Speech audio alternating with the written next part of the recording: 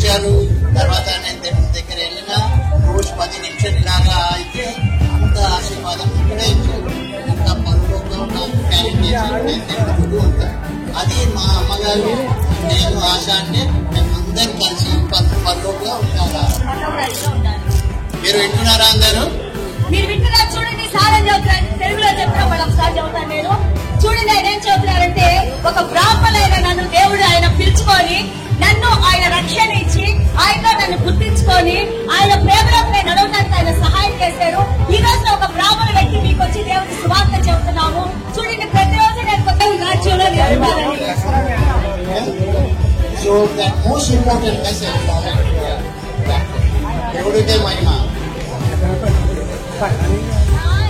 So ఇది అంటే ప్రేమ story. దేవుడి నుంచి మా కోసం, అందరి కోసం, ఒక్కొక్క మనిషికి దేవుడు ప్రేమ. సో John 3:16 లో రాసింది, He got all of the world